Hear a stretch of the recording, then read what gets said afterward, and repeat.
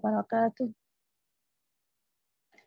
الحمد لله نحمده ونستعينه ونستغفره ونعوذ بالله السميع العليم من الشيطان الرجيم من همزه ونفخه ونفثه اما بعد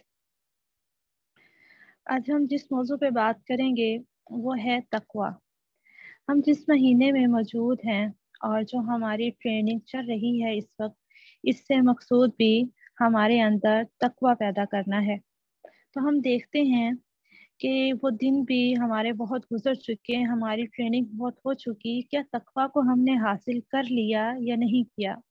اس سے پہلے ہمارا ایک سیشن بھی ہوا تھا جس میں ہم نے کافی تقوی پہ بات کی تھی، اور کچھ اسٹوڈنٹس کی طرف سے سوال بھی آیا تھا کہ تقوی ہوتا کیا ہے۔ تو آج کا موضوع بہت اہم ہے اور ہم دیکھیں گے کہ تقوی ہے کیا، اور پھر کون لوگ ہیں جو تقوی والے ہیں، تقوی آتا کیسے ہے، اور تقوی والے اللہ تعالیٰ کے نزدیک کیا مقام رکھتے ہیں۔ تو سب سے پہلے اس کی تعریف کو دیکھتے ہیں۔ تقوی کے بارے میں آتا ہے کہ تقوی جو ہے یہ فطری طور پر انسان کو الہام کیا گیا ہے۔ فَأَلْهَمَهَا فُجُورَهَا وَتَقْوَاهَا، سورہ شمس کی آیت نمبر 8 ہے۔ پھر اس کو اس کی بدی اور اس کی خدا خوفی یعنی اس کا تقوی جو ہے وہ الہام کر دیا۔ تو اللہ تعالیٰ نے فطری طور پر بھی ہمارے اندر الہام کر دیا ہے، ہمیں پتہ چل جاتا ہے خیر کس میں ہے اور جو بلائی کس میں ہے اور برائی کس میں ہے، بدی کس میں ہے۔ جب انسان گناہ کرنے لگتا ہے، ایک بار جو اندر سے نوکنگ ہوتی ہے وہ تقوی کی ہی بنا پر ہوتی ہے کہ یہ برائی ہے۔ اگر ہم کر جاتے ہیں تو اس کا مطلب ہم نے تقوی کو اگنور کر دیا، اور آہستہ آہستہ وہ صفت ہماری ختم ہونا شروع ہو جاتی ہے۔ ایک آدمی نے حضرت ابو ہریرہ رضی اللہ تعالیٰ عنہ سے سوال کیا تھا، تقوی کیا ہے؟ آپ نے فرمایا، کیا کبھی تمہارا گزر کانٹوں بھرے راستے سے ہوا ہے؟ وہ کہنے لگا ہاں۔ فرمایا پھر تم نے کیا کیا؟ تو کہنے لگے، میں جب کانٹے کو دیکھتا ہوں تو اس سے دور ہٹ جاتا ہوں، یا اس سے بچ کر گزر جاتا ہوں، یا اس کو توڑ دیتا ہوں۔ حضرت ابو ہریرہ نے فرمایا یہی تقوی ہے۔ تو کیا ہے کہ اگر ہم برائی کو دیکھتے ہیں تو فوری سے اس سے پیچھے ہٹ جائیں، دور ہٹ جائیں، ایسی مجلس میں شرکت نہ کریں جو کہ برائی کی مجلس ہے۔ تو یہ ہمارا تقوی ہوگا جو ہمیں اس برائی کی مجلس میں شرکت سے روک دے گا۔ آپ جیسے ہماری شادیوں پر ایک فنکشن آتا ہے مہندی، اس کے علاوہ بھی بہت سی رسمیں ایڈ ہو چکی ہیں، لیکن خصوصاً مہندی کا فنکشن، اس میں ذرا بربی خیر نہیں ہوتی، لیکن ہم مسلمان باقاعدہ اسے ارینج کر رہے ہیں، اور بہت سے مسلمان دعوت دینے پر اس مجلس میں شرکت کرتے ہیں۔ تو جو ایمان والے ہیں اور جو تقوی والے ہیں وہ کبھی ایسی مجلسوں میں شرکت نہیں کرتے۔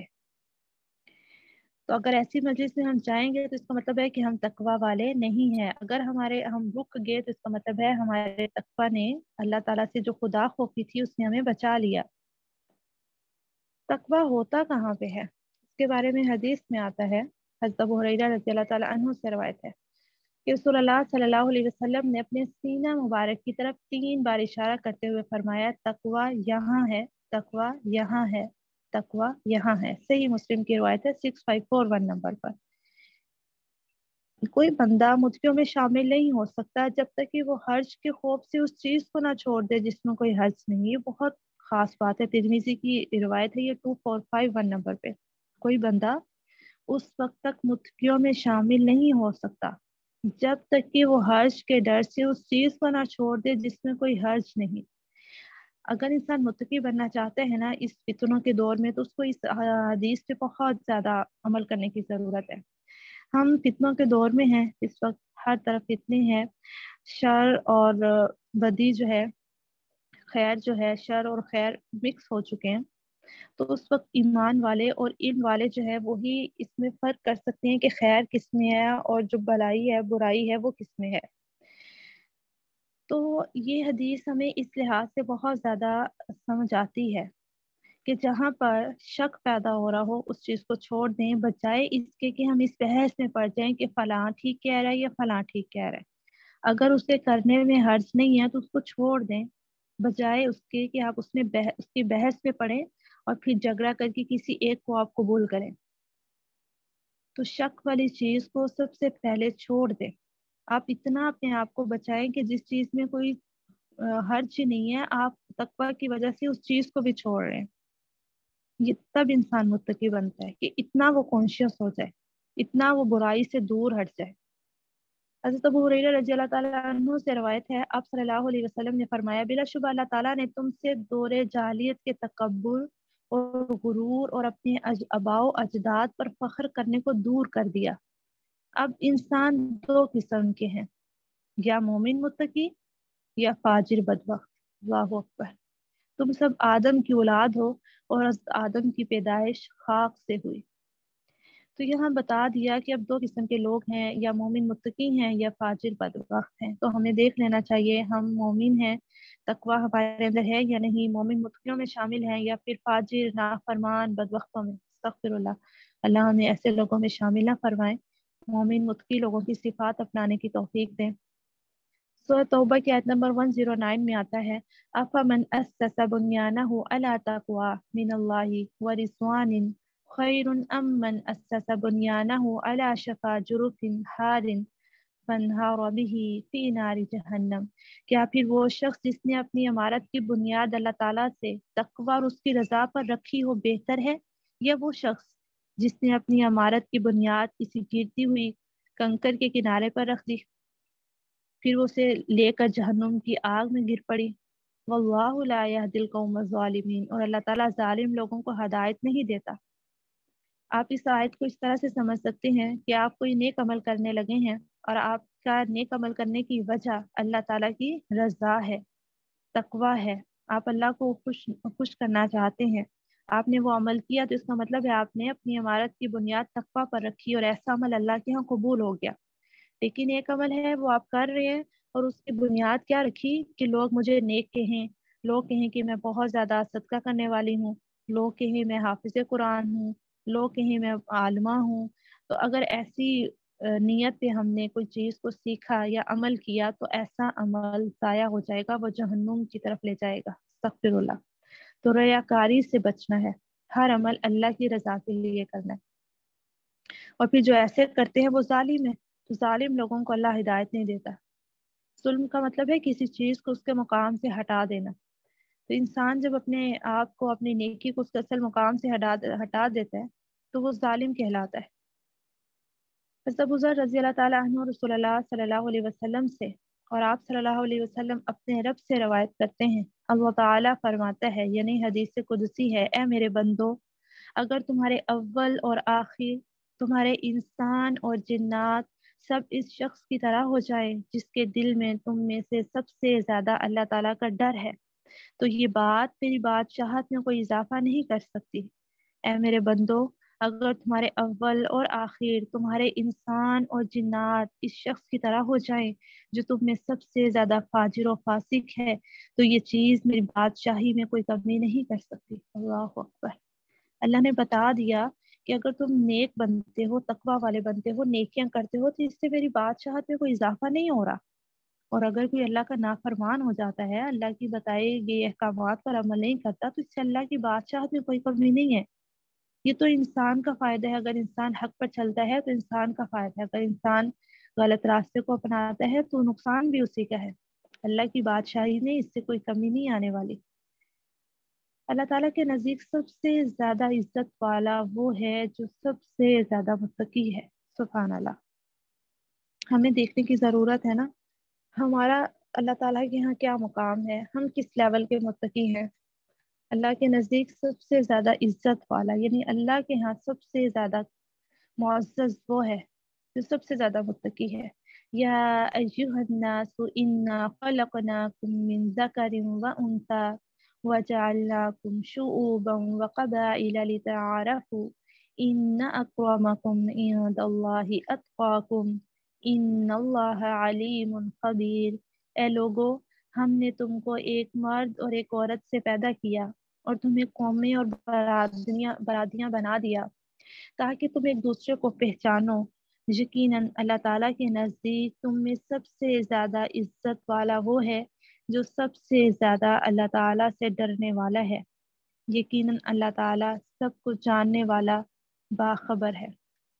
تو اللہ کے نزدیک جو ہے اللہ نے خود آیت میں بتا دیا کہ میرے نزدیک عزت والا وہ ہے جو سب سے زیادہ ڈرنے والا ہے، ہر عمل سے پہلے، ہر قول سے پہلے، جہاں بھی وہ پہنچے، ہر جگہ جانے سے پہلے، یعنی ہر موڑ پہ وہ دیکھے کہ اللہ کی ناپسندیدگی کا عمل تو نہیں ہے، اللہ کی رضا اس میں حاصل ہے تو وہ عمل کرے۔ کب تک تقوی کی ضرورت ہے؟ موت تک تقوی چاہیے۔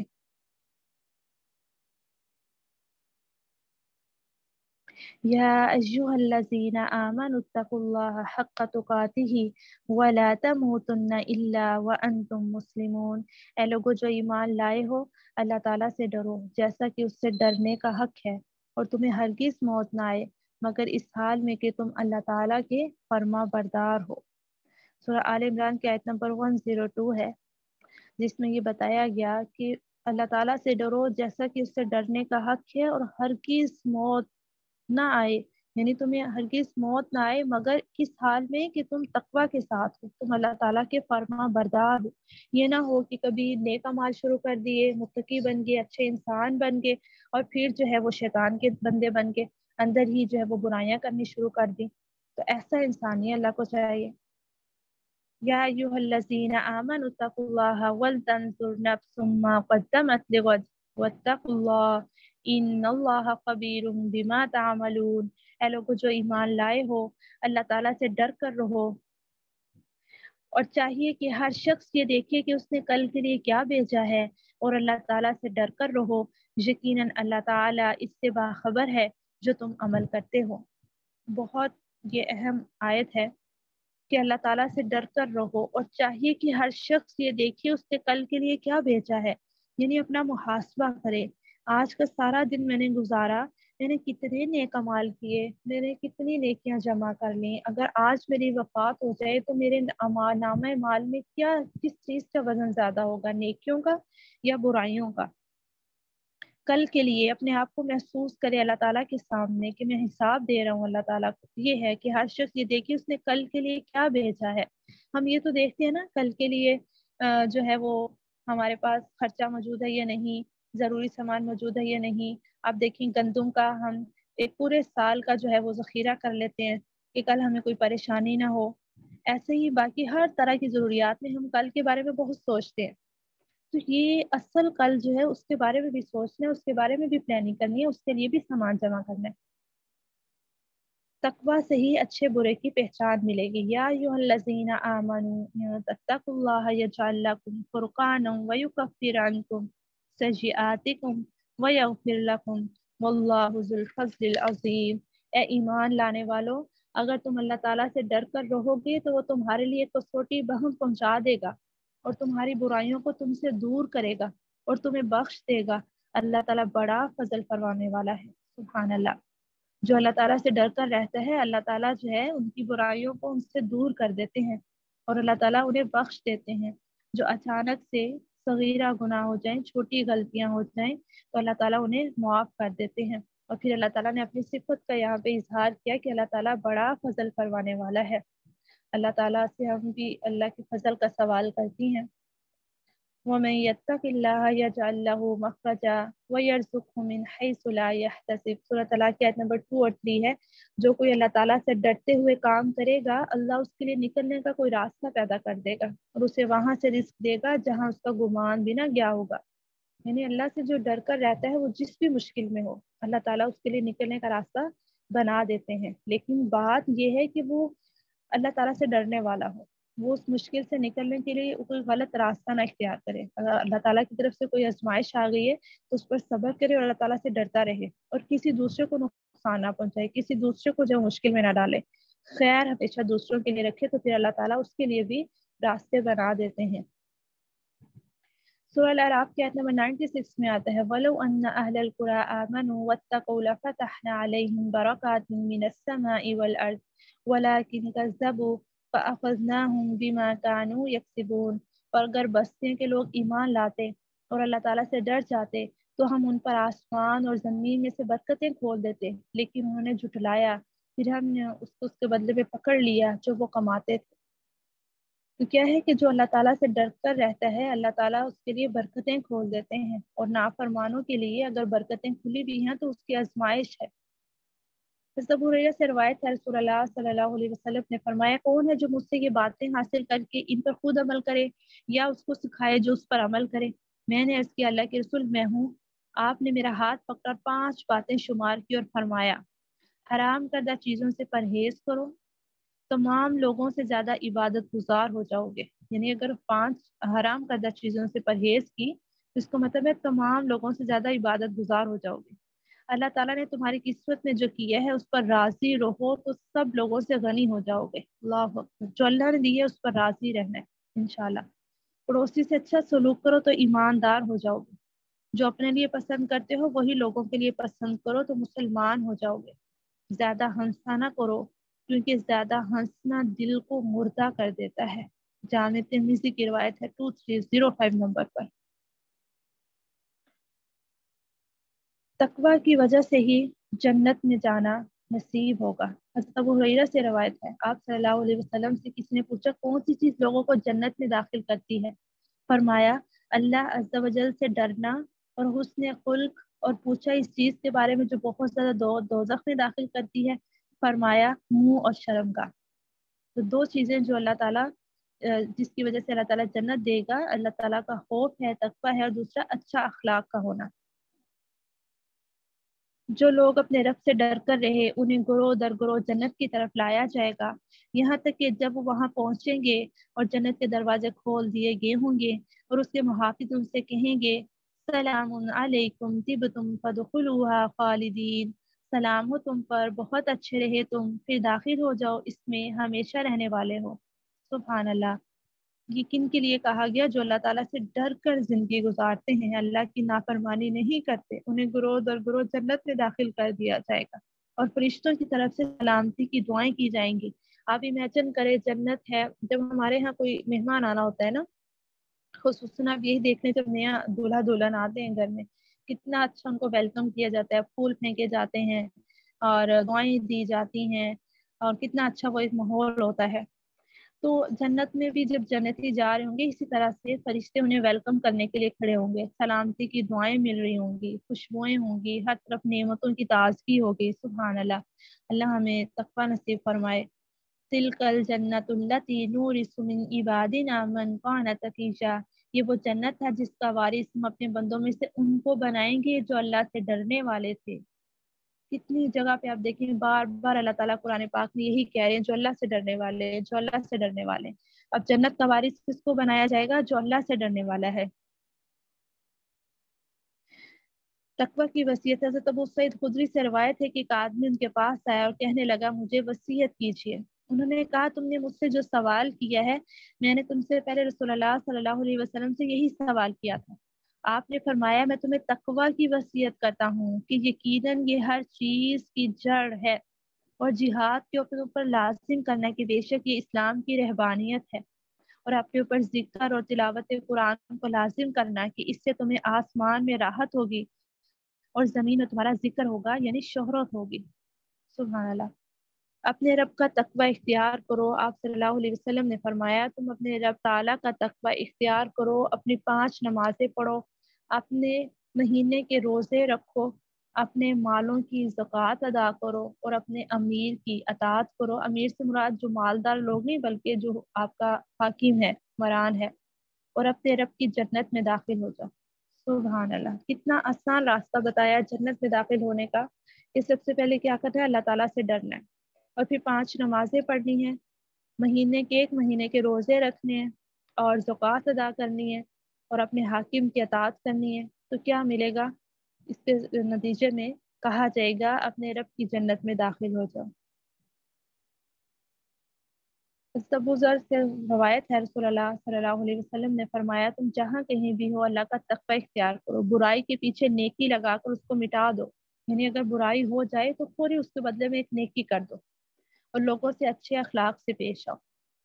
ہمارا اخلاق جو ہے نا، کبھی اچھا ہو جاتا ہے، کبھی برا ہو جاتا ہے۔ جو لوگ ہمیں پسند ہوتے ہیں ہم ان سے اچھے اخلاق سے پیش آتے ہیں، جو لوگ ہمیں پسند نہیں ہوتے ہم ان کے ساتھ جو ہے وہ برا رویہ بھی کر جاتے ہیں، یا پھر ایسا ہوتا ہے کہ اگر کوئی ہم سے اچھا ہے تو ہم اس سے اچھے ہیں، اگر کوئی ہم سے برا ہوا، ساتھ ہی ہم نے بھی اپنے اندر سے جو برا پن تھا وہ نکال لیا، تو اس سے مراد یہ اچھا اخلاق نہیں ہے۔ اچھا اخلاق مراد یہ ہے کہ آگے جیسے بھی لوگ ہوں ہر کسی کے ساتھ اچھے طریقے سے پیش آیا جائے۔ نبی صلی اللہ علیہ وسلم نے اللہ تعالیٰ کا تقوی اختیار کرنے کی وصیت کی۔ حضرت آپ صلی اللہ علیہ وسلم نے حضرت ابو ذر سے ارشاد فرمایا، میں تمہیں خلوت اور جلوت میں اللہ کا تقوی اختیار کرنے کی وصیت کرتا ہوں۔ یعنی جب سب کے سامنے ہے تب بھی اللہ کا تقوی، اور جب اکیلے میں ہے تب بھی اللہ کا تقوی۔ کچھ لوگ ہوتے ہیں جب سب کے سامنے ہوتے ہیں بہت وہ برگزیدہ محسوس کرواتے ہیں، اللہ سے ڈرنے والے اور کسی دوسروں کو بھی بہت روکنے والے ہوتے ہیں، لیکن جب اکیلے میں ہوتے ہیں تو پھر وہ کچھ اور ہی صورت میں ہوتے ہیں۔ تو یہ منافقت ہے، ایسی اللہ تعالیٰ کو پرہیزگاری نہیں چاہیے۔ حضرت ابو ذر سے روایت، ایک آدمی نے کہا، اے اللہ کے رسول، میرا سفر کرنے کا ارادہ ہے، آپ صلی اللہ علیہ وسلم مجھے کوئی نصیحت کر دیجئے۔ آپ نے فرمایا، تم پر اللہ تعالیٰ کا خوف رکھنا لازم ہے اور ہر بلندی پر تکبیر کہنا، اللہ تعالیٰ کی بڑائی بیان کرنا اور اللہ تعالیٰ کا خوف رکھنا۔ یعنی انسان جس بھی حالت میں ہے وہ کبھی یہ نہ بولے اس پر اللہ تعالیٰ کا جو رشتہ ہے وہ کبھی نہ ٹوٹے۔ جب وہ نہیں ٹوٹتا تو انسان تقوی کی حالت میں رہتا ہے، وہ ضرور ہر کام کرنے سے پہلے اپنے آپ سے سوال کرتا ہے، یہ میں کام کر لوں یا نہ کروں۔ لیکن جب انسان کا اور اللہ تعالیٰ کا تعلق ٹوٹ جاتا ہے پھر انسان پہلے کر گزرتا ہے، اپنا کام اپنی مرضی سے کر لیتا ہے، اپنے دل کی مانتا ہے، اپنے نفس کی مانتا ہے، تو پھر بات اس سے احساس ہوتا ہے کہ تو غلط ہو گیا۔ لیکن جو پہلے ہی سے ہی اللہ سے مشورہ کر لیتا ہے، اللہ کے دیے گئے احکامات پر اپنے عمل کو پرکھ لیتا ہے، تو وہ پہلے سے ہی برائی سے رک جاتا ہے۔ تو اس لیے ہمیشہ اللہ تعالیٰ کو اور اپنا تو تعلق ہے وہ ٹوٹنے نہیں دینا، اس کو عمدہ بنانے کے لیے مزید اعمال کرتے رہنا، کوشش کرتے رہنا، اور اللہ تعالیٰ کی بڑائی ہمیشہ بیان کرتے رہنا۔ آپ دیکھیں گے چھوٹے چھوٹے عمل ہے، جیسے بلندی پر چڑھتے ہوئے تکبیر کہنا، ہم میں سے اکثر یہ بھول جاتے ہیں، لیکن جو اللہ سے محبت کرنے والے ہوتے ہیں نا، جن کا اللہ کا تعلق مضبوط ہوتا ہے، وہ کبھی بھی نہیں بھولتے۔ کچھ ایسا نہیں ہوتا کہ وہ آدھی سیڑھیاں چڑھ جائیں پھر انہیں یاد ہے، وہ جب بلندی پر چڑھنے لگے، آپ دیکھیں ہم بلندی پر سیڑھیوں پہ چڑھتے ہیں نا، اکثر اوپر نیچے آنا جانا ہوتا ہے، تو سب پوری آپ کی زبان میں ہونا چاہیے اللہ اکبر اللہ اکبر۔ بچوں کو سکھائیں، جب بچے آپ کے ساتھ چڑھ رہے ہیں تھوڑا اونچی آواز میں بولے انہیں کہ آپ بھی پڑھیں، جب نیچے اتر رہے ہیں سبحان اللہ، جب سفر اور سواری پر سوار ہوتے ہیں تب بھی اللہ اکبر کہتے ہیں اللہ اکبر، اور پھر اس کے بعد جو ہے سواری کی دعا۔ تو جب بھی بلندی پر سوار ہو رہے اللہ اکبر اللہ اکبر، تاکہ بچوں کے اندر بھی جو تکبیر ہے وہ جاگ جائے، ان کو بھی پتا ہو یہ اللہ کی بات ہے، جب بھی کوئی کام کرنے لگے اللہ اکبر۔ حضرت انس سے روایت ہے، ایک مرد صلی اللہ علیہ وسلم کے پاس آیا اور عرض کی کہ یا رسول اللہ، میں سفر کو جاتا ہوں تو مجھے توشہ دیجیے۔ آپ نے فرمایا تو اس کو اللہ تعالیٰ تقویٰ کا توشہ دے۔ عرض کی اور کچھ زیادہ کیجیے۔ آپ نے فرمایا اللہ تعالیٰ تیرے گناہ بخش دے۔ عرض کی اور کچھ زیادہ کیجیے، میرے ماں باپ آپ پر فدا ہوں۔ فرمایا تو جہاں ہوں تیرے لیے خیر کو آسان کر دے۔ ترمذی کی روایت ہے 3444 نمبر پر۔ اللہ تعالیٰ جو ہیں متقیوں سے محبت کرتے ہیں۔ حضرت سعد بن نبی وقاص سے روایت ہے، میں نے رسول اللہ صلی اللہ علیہ وسلم کو فرماتے ہوئے سنا، اللہ تعالیٰ اس بندے سے محبت رکھتا ہے جو پرہیزگار، مخلوق سے بے نیاز اور پوشیدہ ہو، یعنی شہرت و نمود و نمائش سے اجتناب کرنے والا ہو۔ اللہ اکبر۔ پھر سے آپ سامنے حدیث رکھتی ہوں، اللہ تعالیٰ اس بندے سے محبت رکھتا ہے جو پرہیزگار ہو، مخلوق سے بے نیاز ہو اور پوشیدہ ہو، یعنی نام بری نہ چاہتا ہو، شہرت نہ چاہتا ہو۔ اللہ ہمیں بھی یہ صفات اپنانے کی توفیق دیں۔ آخر میں سب سے اہم بات یہ ہے کہ اب اگر ہمیں تقویٰ کے بارے میں تو پتہ چل گیا، اور تقویٰ جو اختیار کرنے والے ہیں ان کو کیا نصیب ہونے والا ہے، کیا فضیلت ہے ان کی، وہ بھی ہمیں پتہ چل گیا۔ ہم تقویٰ والوں میں کیسے شامل ہو سکتے ہیں؟ اس کے لیے ہمیں محنت کرنی ہوگی، شعوری زندگی گزارنی ہوگی، اور ساتھ میں اللہ تعالیٰ سے دعا کرنی ہوگی، کیونکہ کوئی بھی عمل ہم خود سے نہیں اپنا سکتے جب تک اللہ تعالیٰ کی طرف سے مدد نہیں آ جاتی۔ تو 3 دعائیں میں آپ کے سامنے رکھتی ہوں، ان دعاؤں کو انشاءاللہ ہم یاد کریں گے۔ ہو سکتا ہے آپ میں سے کچھ لوگوں کو دعا آتی بھی ہو، باقی یاد کر لیں، ہم آپ کے ساتھ پوسٹ میں شیئر بھی کر دیں گے انشاءاللہ۔ ان دعاؤں کو ضرور یاد کرنا ہے۔ پہلی دعا کیا ہے؟ حضرت عبداللہ بن مسعود سے روایت ہے، نبی صلی اللہ علیہ وسلم اکثر فرمایا کرتے تھے، اللہم انی اسألک الہدی والتقی والعفاف والغنی، اے اللہ بے شک میں تجھ سے ہدایت، تقوی، پاک دامنی اور غنا کا سوال کرتا ہوں۔ اور دوسری دعا اللهم آت نفسی تقواها وزکها انت خیر من زکاها انت ولیها ومولاها۔ اے اللہ میرے نفس کو اس کا تقوی عطا فرمائیے اور اس کا تزکیہ فرما دیجیے، آپ اس کا بہترین تزکیہ نفس فرمانے والے ہیں، آپ اس کے دوست اور کارساز ہیں۔ ہمارا نفس جو ہے نا، اگر یہ صحیح راستے پر آ جائے تو ہمارے لیے بہت آسانی ہے۔ اصل چیز اپنے نفس کو اپنے قابو میں کرنے کی ضرورت ہے، نفس کو اللہ تعالیٰ کی سپرد کرنے کی ضرورت ہے۔ جب ہمارے نفس کو تقوی نصیب ہو جائے تو سب جو ہے وہ ہمارے لیے خیر ہی خیر ہوگی۔ غنا سے مراد بے نیازی ہے، لوگوں سے بے نیاز ہو جانا۔ اگر کسی کے پاس بہت زیادہ مال ہے تو ہمیں اس سے فرق نہیں پڑے گا، کوئی بہت نام پر ہے دنیا میں، ہمیں اس ناموری کا شوق نہیں پڑے گا، نہیں، لوگوں دیکھ کے لوگوں سے دنیا کی ہر چیز سے بے نیاز ہو جانا گناہ ہے۔ اور اللہ تعالیٰ کی طرف سے جو ہے حق چیز کا، مال کا، یعنی اللہ طرف سے جو جتنا مل گیا اس کا وہ کافی ہو جانا، اس میں اللہ تعالیٰ کی طرف سے بہت برکت ہو جانا۔ تیسرے ہے اللہم انی اسألک عیشتاً تقیشتاً ومیتتاً سویشتاً ومرداً غیر مخزن۔ اے اللہ بلا شبہ میں آپ سے تقوی والی زندگی، اچھی موت اور خالی از رسوائی پلٹنے کا سوال کرتا ہوں۔ اس میں کیا ہے کہ تقوی والی زندگی، کہ اللہ تعالیٰ زندگی میں جو تقوی نصیب فرمائے، اچھی موت دے۔ اچھی موت کے لیے بھی ہمیں ضرور سوال کرنا چاہیے کہ اللہ تعالیٰ ہمیں عزت کی موت دے، کلمے والی موت دے، اچھی موت دے جو دوسروں کے لیے بھی کچھ نہ کچھ سبق رہ جائے۔ اور رسوائی جو ہے، اللہ تعالیٰ ہمیں رسوائی والی زندگی نہ دے، کبھی بھی رسوائی جو ہے وہ ہمارے پاس نہ آئے۔ تو یہ 3 دعائیں ہیں، ان کو انشاءاللہ ہم یاد کریں گے اور اللہ تعالیٰ سے تقوی کا سوال کرتے ہیں اور مزید کریں گے۔ اللہ تعالیٰ ہمیں پرہیزگار لوگوں میں شامل کریں، اور اس مہینے میں جو ہم عبادات کر رہے ہیں، جو دعائیں کر رہے ہیں، اللہ تعالیٰ ہم سے قبول فرما لیں، ہم سے راضی ہو جائیں، ہمارے سارے گناہوں سے ہم کو درگزر کر دیں، ہماری برائیوں کو نیکیوں میں بدل دیں، آمین۔ سبحانک اللہم و بحمدک، نشہد ان لا الہ الا انت، نستغفرک و نتوب الیک۔ السلام علیکم ورحمۃ اللہ وبرکاتہ۔